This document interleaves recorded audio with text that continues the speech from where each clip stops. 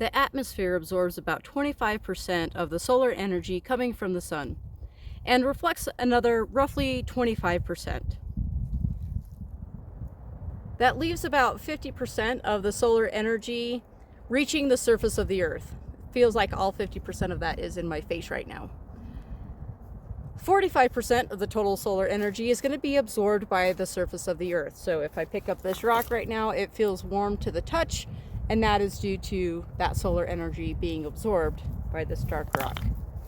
The last 5% is reflected from snow, glaciers, etc.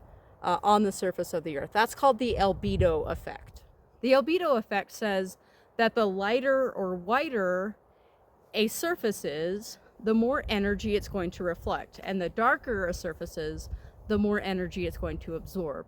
So as I'm standing here with the sun at my back in my black shirt, I'm a little bit too warm on this here sunny day because my shirt has a low albedo effect.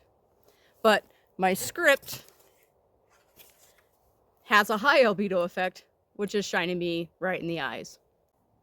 Polar regions where there's lots of snow and ice are going to have an albedo of roughly 80 to 85%.